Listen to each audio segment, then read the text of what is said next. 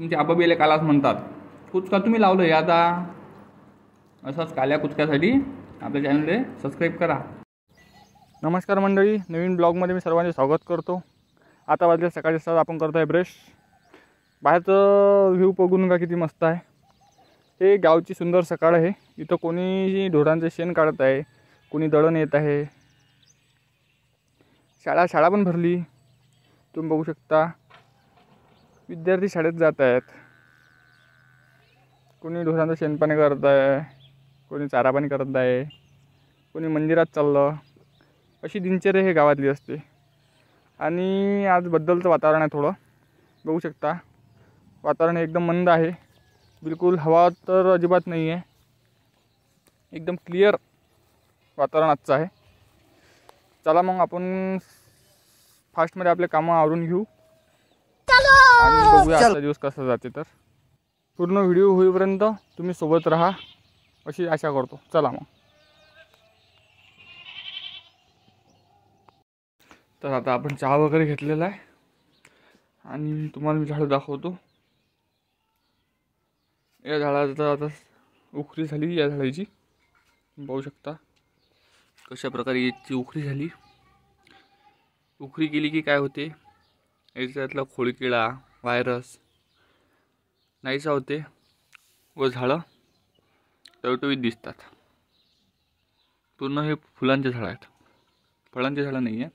फळांचे झाडं गायवाळ्यात आहेत. बघू शकता. हा पण डोगेश, हा पण मांजरासारखा सतत मनामधात करत असते. इकडे पण चालू आहे उखरी, तुम्ही पाहू शकता. हो माझा भाऊ. हा वेल आहे. हा वेल असा गेटवर जाणार आहे.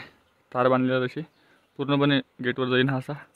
त्यानंतर तिथं गेला तर परत असा घेऊन हा असा पूर्ण याचा असा पेंडल करावा लागते. त्याच्यासाठी हा वेळ लावलेला आहे.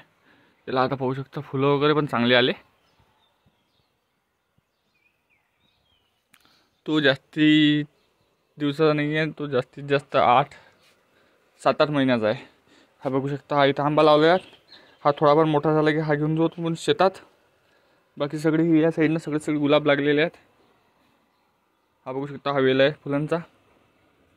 मोगऱ्याचं झाड आहे. इकडे पण काही झाडं आहेत. हे सांगा तुम्हाला ओळख ना कशाचं झाड आहे. बघा झाडं. तर मंडळी आता वाजले आहे 10:30. बाहेर चालू आहे पाऊस आणि आपण सोबत खाऊन राहिलो गुळपट्टी. बघू शकता. गांधीग्रामची प्रसिद्ध गुळपट्टी आहे. मस्त पाऊस चालू आहे रिमझिम. आणि घरात सगळेजण गुळपट्टीचा आनंद घेऊन राहिले. पहा सगळेजण गुळपट्टी खाऊन राहिले. तुम्ही पण या खायले. चला तर मंडळी, आता वाजले दुपारी 12:30. बाहेर चालू आहे पाऊस थोडा बारीक आणि 12:30 वाजले. आणखी जेवण बाकी आपलं. चला मग करूया आपण जेवण. आज जेवणात काय आहे तुम्हाला दाखवतो मी. आज जेवणात आहे पातोळीची भाजी, पोळी, लोणचं, कांदा, लिंबू. हे आहे गावातलं जेवण. या जेवणाचं महत्त्व जर विचारायचं म्हटलं तर कोणाला विचारायचं?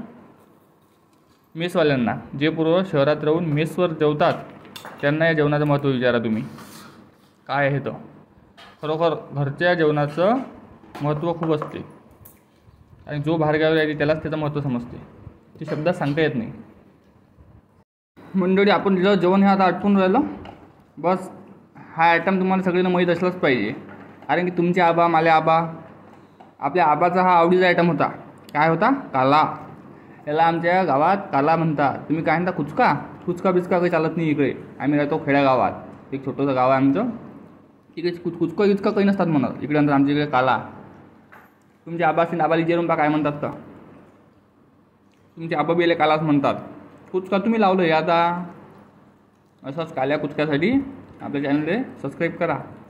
चला मग भेटूया दुपारी.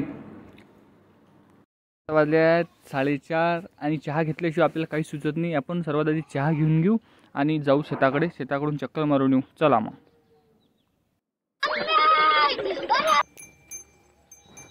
आज सकाळपासून पावसाचं वातावरण असल्यामुळे बाहेर कोणीच दिसत नाही आहे आपल्याला. तुम्ही बघू शकता पूर्ण गाव हे सामसूम सन्नाटा पडलेला आहे बघा.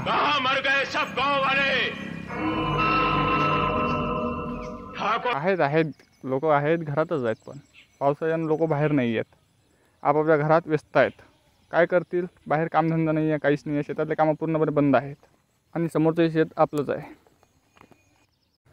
तर मंडळी आपण आलो आता शेतात.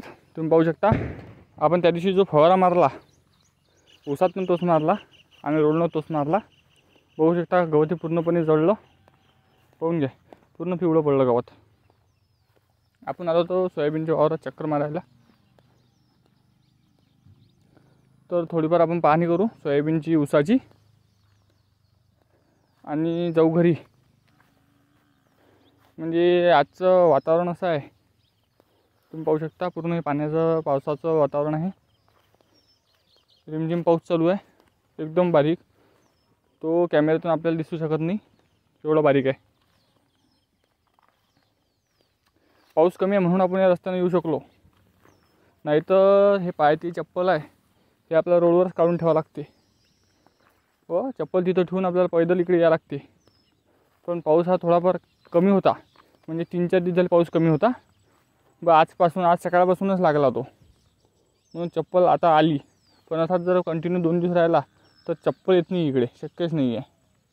तुम्ही पाहू शकता त्या दिवशी जे तणनाशक मारलं आपण, गवते पूर्णपणे खाक झालं, जळालं बघा.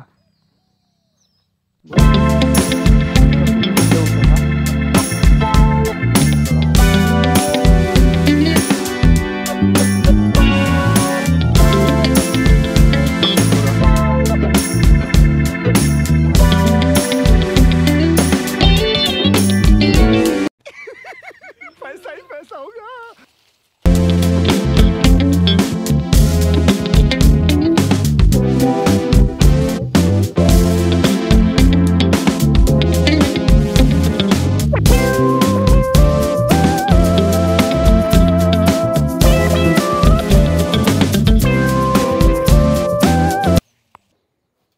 घरी आल्यावर काय आपलं डेलीचं जे काम असते, डेलीचा शेड्यूल मी तुम्हाला सांगितलं होता, तो आपल्याला रोज फॉलो करावा लागते.